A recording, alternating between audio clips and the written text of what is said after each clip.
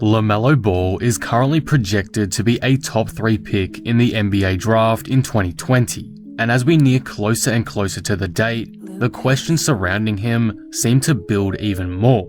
There's a lot of doubt around his ability to transition to the NBA level, and there's also a lot of people discrediting his performances in the Australian Basketball League, the NBL, which for the most part simply aren't true. In my eyes, Lamelo Ball is easily a top 3 prospect in this year's class, and I'll be discussing the reasons why in today's video, as well as debunking many myths surrounding him currently.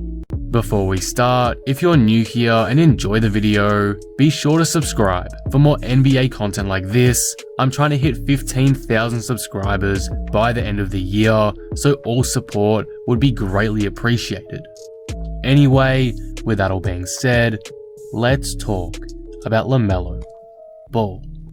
Firstly, before I get into the myths surrounding Lamelo Ball, why is he currently seen as a top 3 pick to many?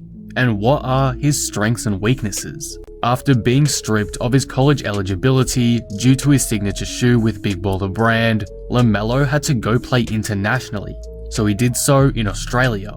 In 12 games for the Illawarra Hawks, Lamelo averaged 17 points, 7 rebounds and 7.5 assists per game, and he shot pretty poorly, only 25% from 3 and 37% from the field. In the NBL, Lamelo displayed a lot to prospects, so let's take a look at his strengths and weaknesses that were noted during his time there. Let's start with his strengths. Obviously, Lamelo's biggest strength in his arsenal is his passing ability. The level of difficulty some of the passes and assists he pulled off whilst in the NBL is unbelievable, and he's made many insane passes some of the NBA's elite would fail to do. This strength is obviously reflected by his assist stats, and Lamelo always seems to make the right pass at the right time. He uses the enormous amount of gravity he pulls to make easy dishes to open players, either in the paint or for a good looking 3. He's an unselfish player, a pass-first point guard you could say, and over the past couple years, his passing has easily become his strongest weapon in his game. Scoring. Another great thing Lamelo Ball can do is score the ball at will. His shooting touch is far from perfect, but around the rim, Lamelo is extremely creative, and there's an argument he has the best finishing package in this draft class. He has a soft touch and he uses his athleticism to finish over smaller defenders. He's also shown he has great instincts with scoring as well, as he's had many putback dunks and lay-ins throughout the 2020 NBL season. Finally, ball handling. As shown by the numerous ankles he's broken, Lamelo has some insane handles. He's an advanced ball handler and possesses a great ability to take it into the lane with either hand. He is fast and crafty with the dribble and has a quick crossover, as well as a lot of shake and bake moves to get past his man.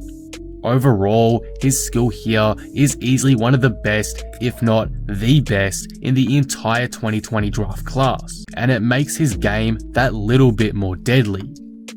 So those are the strengths of Lamelo Ball. But what about his weaknesses? Defense. Lamelo Ball's biggest weakness has to be his defense. Compared to the offensive side of the floor, the energy on the defensive end is barely noticeable. He lacks strength to guard bigger guards, and his mediocre quickness leads to a lot of drive-bys. He also rarely hustles back on defense, as it seems his main priority is the offensive side of the floor.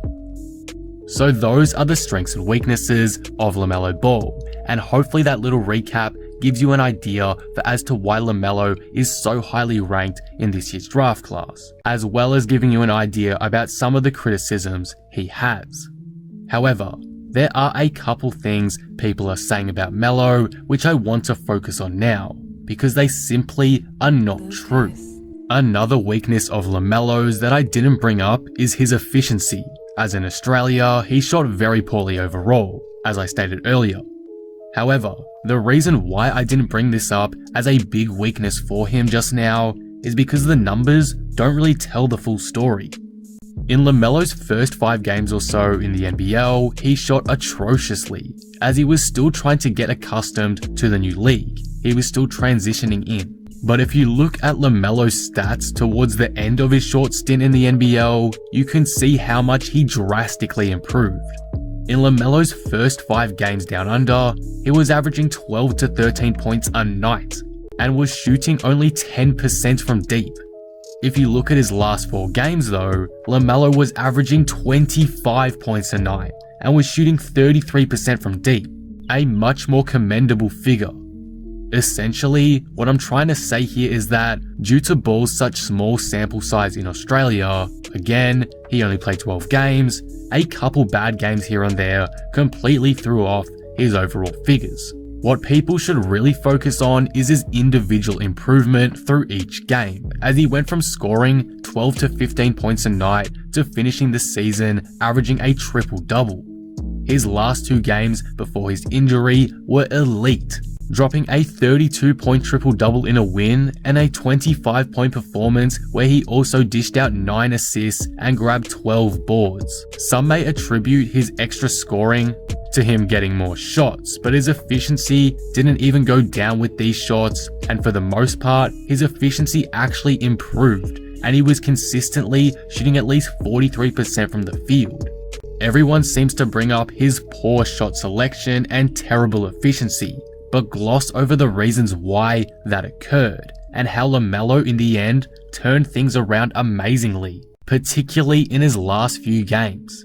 Had Melo played the whole season without getting hurt, it's not hard to imagine he'd be averaging a near 20-point triple-double. That's how good he was in his last couple of games. On a similar note to that, not only was LaMelo improving his stats and efficiency as he continued to play in Australia, but his game developed extraordinarily too. LaMelo's passing IQ was great already, but as he became more familiar with his teammates, he became much more effective making passes. His shot selection was also severely enhanced as well as the season went on, which helps explain his big improvements in field goal and 3-point percentage. Again, the mainstream media has focused a bit too much on his overall season, in my eyes, how he did in general, but if they focus on a few games specifically, it should make it obvious that LaMelo is without a doubt a top 3 pick. There are reasons why he started slow. Put any 17-year-old in a new professional league and they'll struggle out the gate too. But the fact that LaMelo improved so much in such a short amount of time should not be underrated. Another reason why people may believe Lamelo Ball isn't that good of a prospect is because they don't know the NBL well enough. They aren't too sure how good the competition is and would rather value a guy who played in college, where it is easier to compare the success of a prospect to others. Even with that though, LaMelo was still extremely dominant in Australia, and I'm going to prove to you just how so. Here is a chart with every current NBA player who played in the NBL prior to playing in the NBA. To keep it fair, I'm only going to include players from the last 5 years, as before that, the NBL's quality wasn't really the same. It definitely wasn't a top tier league like it sort of is now. On the x-axis, we have the players' career points per game in the NBL, and on the y-axis, we have their field goal percentage. Wanna know which one is LaMelo Ball? That one right there. Yep, look how much better he is compared to everyone else. On the far left is Terrence Ferguson of the Oklahoma City Thunder, who was drafted 21st overall a few seasons ago, and is currently a solid rotation piece in OKC. It's almost not even fair to compare LaMelo to those guys. That's just how much better he was. To prove even further how good LaMelo was, I've taken the liberty of calculating his stats for just the last half of his season in the NBL, which not only shows how good he was, but shows how much he significantly improved over the latter half of the season. To make it more fun as well, I've even included Joe Ingles, who is arguably the greatest NBA player to ever play in the NBL. Just look at where LaMelo is for half of the season compared to everyone else. Even with the whole season, he is still better than any other player on this chart. Again, if you can't watch the NBL, this chart should prove alone that Lamelo was the most dominant prospect, especially international prospect, to ever touch Australian hardwood, and should make it clear that he is a top 3 prospect. No other prospect ever has come to Australia and done what he's done. This is a professional league too. I'd put it in the top 10 in the world. It's not a EuroLeague level, but it's still damn good. So us fans should not ignore just how ridiculous Lamelo Ball was. Just look at the chart again, man. The difference between Lamelo Ball and everyone else is insane.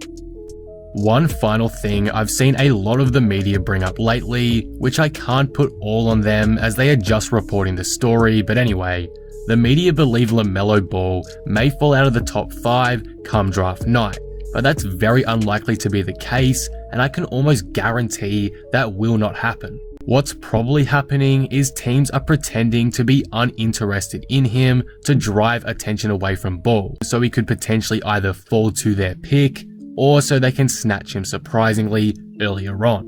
Literally, this exact scenario happened with Lonzo Ball back in 2017. The Lakers acted like they didn't really want him, but they were always going to select him, and did so in the end. It's just mind games teams like to play leading into the draft, and considering the hype around Lamelo Ball, it wouldn't surprise me if it's happening again. Overall, this is the point I'm trying to get across today. Lamelo Ball is by far one of the most coveted NBA prospects of all time. He's had so much hype around him since he was barely 15 years old. It's crazy how much attention he's gotten. However, with all of that, many still look over a lot of the great things about him. As someone who lives in Australia and was able to watch Lamelo a lot in his time in the NBL, it was crazy to see how much he improved in such a short amount of time. Yet most people focus on what he did there generally, without looking into it deeply enough, which is unfortunate. They don't recognize his drastic improvements to not only his stats, but his game after a slow start, which is why I'm making this video. Hopefully, if you didn't know much about Lamelo's time in the NBL, you do now, and it should be pretty apparent why he's easily a top 3 pick in this year's draft. I'm not saying Lamelo is going to be a Hall of Famer. I'm not trying to gloss over his weaknesses today, because he does have some pretty jarring ones. But as a fan of Lamelo Ball, it is annoying to see people discredit what he did in Australia simply by looking at the numbers without context. He was becoming an elite player down here, and that really needs more attention. And that will conclude the video. What do you guys think of this? How good is Lamelo Ball to you? Is he a top 3 pick in this year's draft? Let me know all your thoughts down in the comments below. If you enjoyed the video, be sure to drop it a like and subscribe. But with that being said, I am out. Peace.